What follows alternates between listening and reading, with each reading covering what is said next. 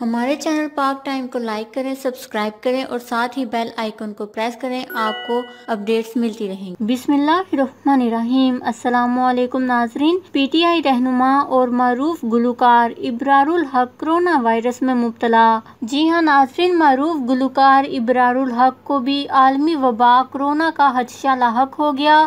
سماجی رابطے کی ویب سائٹ ٹویٹر پر گلوکار نے بتایا کہ انہیں گزشتہ رات سے خشک کھانسی اور بخار کی شکایت ہے، لیکن وہ امید کرتے ہیں کہ یہ کورونا نہ ہو۔ انہوں نے کہا کہ میں نے کورونا ٹیسٹ کروایا ہے، آپ سب میرے لیے دعا کریں کہ میں خیریت سے ہوں۔ انہوں نے گزشتہ دنوں ملنے والے گورنر پنجاب سمیت دیگر لوگوں کو اپنی طبیعت سے آگاہ کرتے ہوئے کورونا سے بچاؤ کی احتیاطی تدابیر اختیار کرنے کی اپیل بھی کی۔